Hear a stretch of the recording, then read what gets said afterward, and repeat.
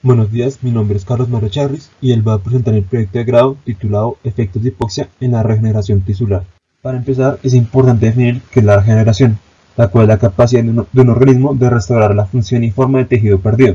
Aquellos genes famosos, como son los platelmitos, que pueden regenerar todo el cuerpo, o las salamandras, que pueden regenerar extremidades perdidas. Actualmente se reconocen 4 tipos de regeneración: la mediada por células madre, por hipomorfosis, por morfalaxis y compensatoria. Un ejemplo de la regeneración mediada por células madre es los platelmitos o gusanos planos, en los cuales su regeneración es causada por un grupo de células llamadas neoblastos que se encuentran a lo largo de su cuerpo. Estas células todas se identifican por la expresión del gen SMED1 y todas son capaces de mantener la polaridad. En la morfalaxis, la regeneración ocurre por transdiferenciación, es decir, células de un tejido pasan a ser a otro, dependiendo de la necesidad. Aquí se puede observar un ejemplo, como células de tallo pasan a ser células de tentáculo o como un grupo de células individuales pasan a ser un individuo pequeño. En la epimorfosis, la regeneración ocurre por la formación de un blastema. Aquí se ven muchos ejemplos, como la cola y el corazón del pez cebra, las extremidades del ajolote o la cola del renacuajo y la rana toro. En el caudal del pez cebra, el blastema incluye distintos tipos de tejidos, y aquí se puede ver como al principio se hace el corte, se forma una capa epitelial que se va a comunicar químicamente con el blastema que se va formando para regenerar correctamente el tejido perdido. Este blastema está dividido principalmente por 3 partes: el blastema distal, el proximal y la zona de diferenciación, y se pueden diferenciar principalmente por la tasa de diferenciación entre las 3 zonas. En la compensatoria se ve muchos mamíferos, como en humanos o ratones, y es la regeneración por hiperplasia de células ya diferenciadas. Aquí, por ejemplo, se ve en el hígado del humano y en el hígado del ratón. Por ejemplo, el ratón es capaz de regenerar hasta el 66% del hígado perdido en tan solo una semana, y durante ese tiempo se observa un aumento de la síntesis de ADN y en la expresión de genes que regulan el crecimiento. Algunos factores que afectan la regeneración: por ejemplo, hay factores intrínsecos como la respuesta inmune o la respuesta neurológica, y otros factores como la disponibilidad de nutrientes, la temperatura, el pH y el oxígeno, del cual este último es el que va a hablar. Esto nos lleva a la pregunta de investigación: ¿cuáles son los efectos de la hipoxia en la regeneración tisular? Esta a su vez se puede dividir en aspectos específicos, como qué es la regeneración, qué es la hipoxia como afecta a humanos a corto y largo plazo, y cuáles son los efectos que la hipoxia tiene en la regeneración de tejidos en distintos organismos. Se escogió este tema porque tenemos muchos aspectos que no se conocen de la regeneración. Los humanos tienen capacidades regenerativas muy limitadas comparadas con otros animales, y entender mejor estos conceptos puede llevar al desarrollo de tratamientos en el área biomédica. Para esto se utilizarán motores de búsqueda como Google Scholar y páginas de ranking de revistas científicas para encontrar información reciente y pertinente al tema. Ya entendiendo la regeneración, podemos pasar a la hipoxia, la cual es la falta de oxigenación en los tejidos. Esto se puede ver por varias causas, como una isquemia, bajos niveles de hemoglobina o estar en ambientes de gran altitud. La respuesta de hipoxia en el cuerpo está regulada por el factor inducido por hipoxia o HIF. Este factor está compuesto por 2 subunidades. En estado de normoxia, la subunidad alfa, por medio de una enzima, se une a la proteína VHL, la cual la marca para que se degrade.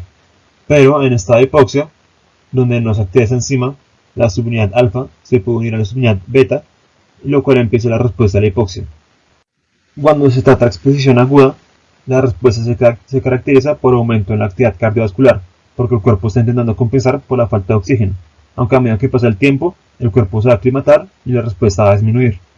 A muy largo plazo, ya hay cambios en la expresión genética por evolución.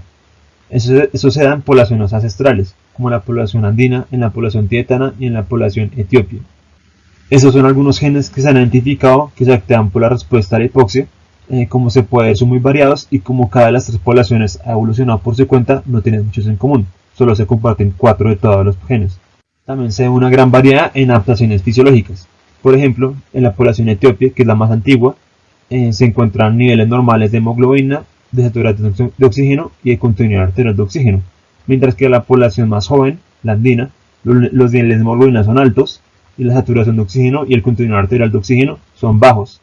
Además, los valores de hemoglobina, por ejemplo en la tibetana y en la etíope, que ambos son normales comparados con poblaciones a nivel del mar, se deben por cambios genéticos distintos. También se ve una diferencia en enfermedades cardiovasculares.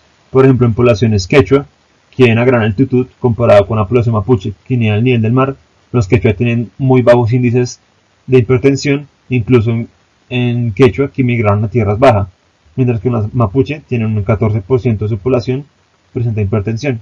Además, también se ha observado que el tamaño promedio del corazón de poblaciones nativas de gran altitud es mayor que en poblaciones a nivel del mar. Hay varias dificultades a la hora de realizar este tipo de estudios, porque hay muchos factores que los investigadores no pueden controlar. Por ejemplo, el nivel de urbanización, diferencias en dieta, acceso a tratamiento médico y los índices de pobreza. Es por eso que en el estudio anterior se compararon dos poblaciones nativas que tienen un estilo de vida más o menos comparable. Ya teniendo claro que es la hipoxia y que la regeneración, se puede entender la interacción entre estas.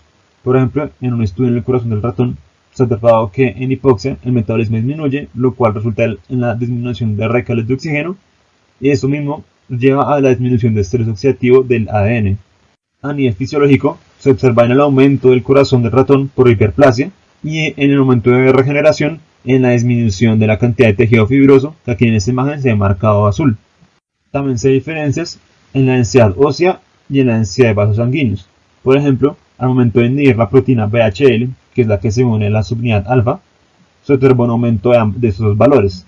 Y cuando se hace lo contrario y se inhibe la subunidad alfa, se ve lo que se esperaba, que es una disminución de la densidad ósea y en la cantidad de vasos sanguíneos. En el pesebra solo se han hecho dos estudios de ese tipo.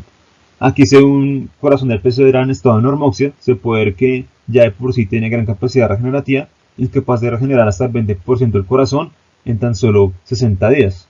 Pero en hipoxia, esta capacidad regenerativa parece aumentar aún más. Esto se observa por medio de la incorporación de BRDU, lo que indica síntesis de ADN y mitosis. Eso se expresa por medio del aumento en la proliferación celular y en diferenciación de las células del corazón, lo cual indica que esas células van a formar un blastema. Finalmente, en humanos, se han hecho estudios con células madre derivadas de tejido adiposo que se pueden utilizar en la regeneración de la piel. Se ha observado que en hipoxia estas células liberan más factores de crecimiento y sobreviven más. Aquí se puede en la imagen de la derecha, estos círculos rojos indican en los que se encontró un aumento en la expresión estadísticamente significativo de factores de crecimiento cuando la célula está en estado de hipoxia. En conclusión, la hipoxia causa la reducción de radicales de oxígeno, lo cual disminuye el daño oxidativo en el ADN.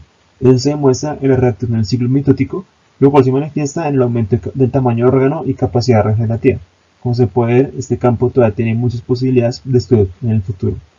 Me gustaría agradecer a mi familia por su apoyo moral y al grupo Laboratorio Vivaldes por sus constantes correcciones de mi trabajo. Muchas gracias por escuchar.